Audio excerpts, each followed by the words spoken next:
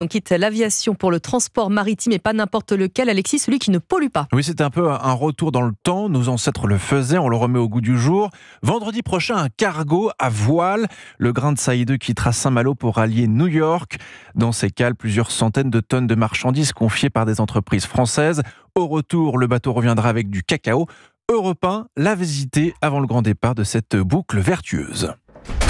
Voilà, ça c'est une des 4 cales. Pour se rendre compte de la capacité de chargement de Grain de Sailly 2, il faut plonger dans les entrailles de ce grand voilier barré notamment par Gilles Lamiré. On peut embarquer jusqu'à 350 tonnes. Il y a un système de ventilation qui contrôle le taux d'humidité et la salinité de l'air. On pourra, à l'issue de la traversée, certifier à nos chargeurs qu'on est resté dans cette norme d'humidité et de température. C'est surtout une empreinte carbone dérisoire que les clients vont venir trouver ici, car en acheminant du vin, de l'électronique, des produits de luxe ou même pharmaceutiques de l'autre côté de l'Atlantique par la voile, ils s'inscrivent là dans une vraie démarche environnementale. Olivier Barraud, président de Grain de Sailly. Toutes les entreprises ont une responsabilité sociale et environnementale, mais il faut trouver des solutions en face, et donc là on en a une, c'est de transporter moins, transporter mieux. On est à un vrai 95% à peu près de décarbonation par rapport à du groupage en conteneur, qui est à 20 grammes par tonne par kilomètre. Nous on est à 2 grammes à peu près par tonne par kilomètre. Et le cargo ne fera pas le retour à vide, puisqu'il reviendra à Saint-Malo, les cales remplies de fèves de cacao chargées dans les Antilles pour la chocolaterie de Morlaix. Le